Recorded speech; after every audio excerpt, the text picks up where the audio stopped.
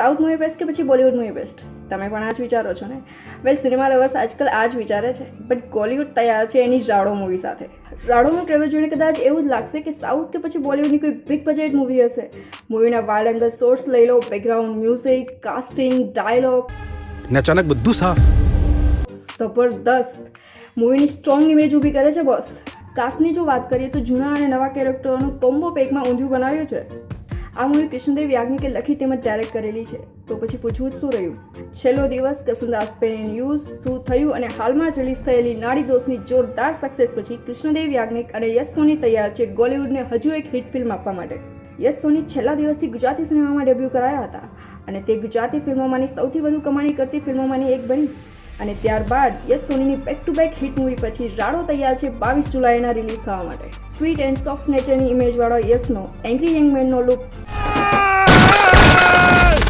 ખતરનાક છે બોસ. હિતેન કુમારને પોલિટિશિયન નેતા અને હિતુ કનોડિયાને ઇન્સ્પેક્ટરનો રોલ. બાપ રે, એકદમ પરફેક્ટ ચોઇસ છે. એક નોન ગુજરાતી એક્ટ્રેસ નિકિતા શર્માને આ મૂવીમાં ડેબ્યુ કરવામાં આવી છે. જ્યાં યશ ફિલ્મમાં હાઇપર અને પાવરફુલ છે, તો માધવી શક્તિશાળી હોવાની સાથે સાથે ઓથોરાઇઝેડ પણ છે. એમ કહી શકાય કે માધવી એક સાયલેન્ટ ઓથોરિટી છે. ભડકેલા સ્ટુડન્ટ અને કોઈ પાવરફુલ પોલિટિશિયનના રોંગ ડિસિઝનથી ઉગ્ર ભરેલા લોકો અને તેને મદદ કે પછી ભડકાવતું કોઈ સંગઠન કે સંપ્રદાય, બસ કંઈક આવા જ કોન્સેપ્ટ પર આ મૂવી છે. અને આ હુલ્લડના માહોલથી ગુજરાત અજાણતો નથી જ. વેલ, લાસ્ટમાં સસ્પેન્સ ક્રિએટ કરતા કોર્ટના સેક્શન્સ હવે કોના માટે છે એ તો મૂવી જોઈને જ ખબર પડશે. થ્રિલર, ઇમોશનલ ને એક્શન આ મૂવીમાં બધું જ છે. વેલ, આ તો હજી ટ્રેલર છે, મૂવી હજી બાકી છે માય ફ્રેન્ડ્સ.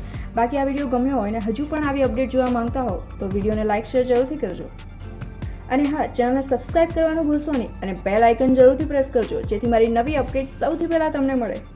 મળું છું ફરીથી નવી અપડેટ સાથે. ત્યાં સુધી બાય.